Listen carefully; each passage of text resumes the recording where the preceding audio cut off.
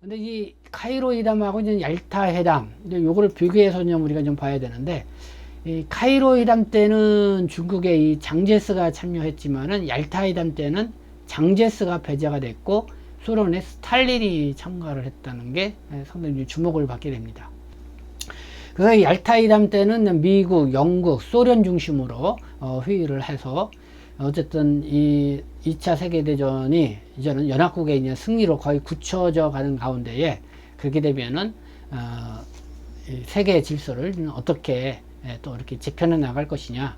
그래서 그거를 미 영소가 상당히 8일간의 그런 긴 회담을 통해서 나름대로 이 비밀 협정을 맺는 그런 내용이었는데, 네, 한번 그 얄타 회담 보겠습니다. 1945년 2월 얄타 회담. 네, 루스벨트, 처칠, 스탈린이 만들어낸 20세기의 세계 질서이다. 보니까 이 8일간의 외교전쟁이라고 이렇게 책 표지가 있죠. 네, 제가 이 책 표지입니다. 네, 요거를 제가 이 역사 탐구를 좀 정리하면서 얄타 회담이 상당히 비중이 있고 중요하구나 이런 생각이 들어서 하면서 이 책이 나왔다는 것을 또 알게 돼서 저도 한번 책을 이렇게 구매를 해서 아직 뭐 다 읽어보지는 못했습니다. 이 갓 구매를 했고 그래서 한번 이거를 읽어본 다음에 이 얄타 회담에 대해서 좀 여러분들에게実적으로 좀 설명을 좀 드릴 수 있는 그런 시간도 가져보도록 하겠는데요. 먼저 이 얄타 회담에 대해서 정리를 해보면 그렇습니다.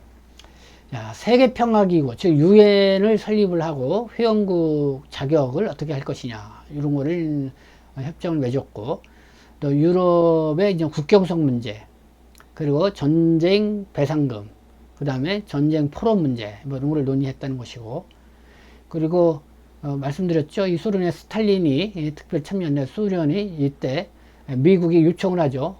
일본과의 전쟁에 있어서 참전을 해달라. 이거를 요청을 하게 됩니다. 이게 아주 크게 주목을 받죠. 그 다음에 소련이 공산당이었음에도 불구하고 미국하고 상당히 이제는 세계 2차 대전 기간 동안은 밀접한 관계에 있었다. 그러니까 그때 뭐 소련은 이제는 독일로부터 상당한 피해를 입고 있을 때였죠. 그러니까 어쨌든 이 소련 입장에서도 미국이라든가 어쨌든 이런 쪽에 같이 협력하면서 이렇게 했는데, 일단은 일본에도 좀 참전을 해달라 미국이 요청을 했던 그런 게 이제 얄타 회담에서 나왔다. 그래서 소련이 상당히 이제는 강대국 반열로 기어들어 올라가게 되는 그런 이제는 계기를 이제 마련하게 된 건데, 요 내용을 한번 보도록 하겠습니다. 미국의 루스벨트, 영국 처칠, 소련 스탈린, 네, 8일간의 외교전쟁을 벌였다. 네, 얄타, 이 8일간 외교전쟁. 왜 외교전쟁이었냐? 자, 루스벨트, 미국의 사선 대통령인데요. 세계평화기구 창설과 세계 경쟁에서 미국의 우위를 달성하는 것을 지금 꿈을 꾸고 얄타 회담에 임했다는 거고. 자, 처칠, 영국 총리는 점점 이 쇠약해지는 대영 제국의 의상을 높이고 또 유럽 지역에서의 영향권을 가지려고 했다. 그리고 스탈린, 소련 공산당 서기장. 자, 강대국의 지위를 인정받고 동유럽에서의 영향권을 확대하고자 했다. 그러니까는 영국은 어쨌든 유럽 지역, 그리고 스탈린은 그쪽에 있는 동유럽 지역, 여기에 영향권을 확대하고자 이렇게 했다. 여러 가지 뭐 그래서 유럽하고의 어쨌든 국경선 문제 뭐 이런 것도 논의하고 막 그랬겠죠. 그러니까 이 세 그 정상이 모여서 8일 동안 긴 회담을 했지만은 자기들만의 또 물론 어느 정도 협력을 하지만은 또 생각들이 있었다는 거죠. 이 내용을 보겠습니다. 이들은 공동의 적을 무찌른다는 목표에서는 같지만 전후 세계를 바라보는 관점은 확실히 달랐다. 그 때문에 실제 전장에서는 미영소가 대연합을 이루어 공동의 적과 맞섰지만은 얄타에서는 연합국 간 치열한 외교전쟁이 치러질 수밖에 없다. 여기서 이제 공동예적이라는 거는, 그쵸, 3국이죠. 뭐, 이탈리아, 또, 독일, 그 다음에 일본. 자, 얄타. 얄타는 그게 지금 보면 우크라이나하고 저는 소련의 분쟁적인 크림반도, 거기에 위치한 게 이제 얄타라는 시죠. 네, 거기서 이렇게 회의를 가졌다. 이런 내용을 볼 수가 있습니다. 자, 이렇게 이제 얄타회담까지 좀 보게 됐고, 그 이후에 이들이 어쨌든 세계대전에서는 같이 협력국으로서, 연합국으로서 적극적으로 대응을 했죠. 그래서 1945년도 5월 달에 베를린을 함락을 하게 되고, 그리고 그때 이제는 5월 8일, 네, 제2차 세계대전 연합국의 이제 승리의 날이 됐죠. 그 5월 9일은 소련이 독일을 완전히 제압하는 승전일로, 이 기념일로 삼고 있습니다. 5월 9일.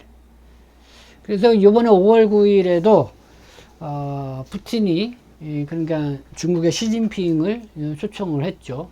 그래서 이 승전일, 중국 러시아에 있어서는 뭐 대단한 국가 기념일인데, 이때 좀 시진핑이 가서 푸틴하고 같이 손을 맞잡고 이렇게 하는 게 세계 언론을 받았습니다.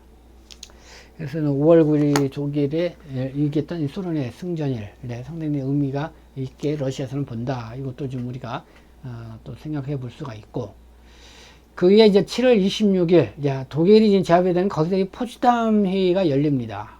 카이로 회담이 있었죠. 카이로 회담에 이어서 이제 포츠담 회의를 엽니다. 근데 여기에는 루스벨트, 처칠, 그리고 중국의 장제스, 그 다음에 소련의 스탈린, 네, 이게 다 이제 참여를 합니다. 그래서 일본에 항복을 지금 공고를 한다고 해요. 그렇죠? 그러나 일본이 순수히 항복을 하지 않으니까 45년 8월 6일, 네, 히로시마에 미국이 원자폭탄을 첫 투하를 하게 되고, 또 이어서 9일 나가사키에 또 원자폭탄을 투하를 하게 돼서 완전히 중국이 그냥 깨갱깨갱하게 되는 거죠. 자, 요때 이제는 8월 8일 소련이 일본에 대일 선전포고를 합니다. 그래서 8월 9일 150만 대군을 이끌고 만주국으로 이제 진격을 하게 되죠. 만주국. 그러니까 일본이 점유하고 있던 땅이라 볼 수가 있는 거죠.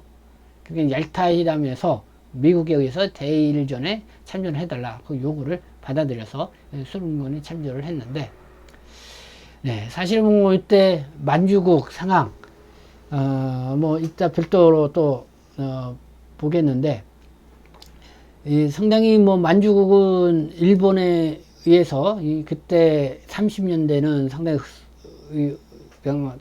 뭐 사기가 충년했던 그런 지역이지만은 2차 세계대전이 일어나고, 그리고 진주만 공습 이후 미국에 개입하고, 그래서 일본이 이제는 어떤 수세에 몰리자 만주에 있던 모든 병력과 모든 자원을 다 이 태평양 전쟁에 이렇게 몰두하게 되죠.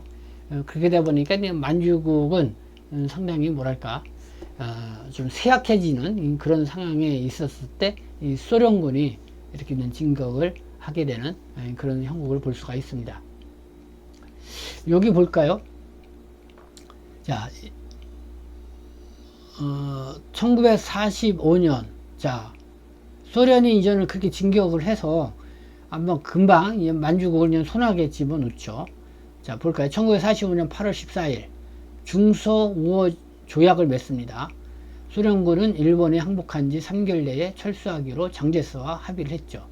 아마 이 독일에서 있던 이 포츠담 회담에서 아마 장제스하고 스탈린이 함께 참여했기 때문에 아마 일본에 항복을 한 이후에 어떻게 할 것이냐, 뭐 그거에 대해서 얘기가 나왔을 겁니다. 그러니까 8월 14일 날 만주국으로 이렇게 진출해서 만주국을 제압한 소련, 거기에 중국 국민당하고 이렇게 중수 우호 협약을 맺게 됩니다. 그래서 3개월 내에 철수하기로 합의를 했지만은 소련이 순수하게 그때 물러가지는 않았죠.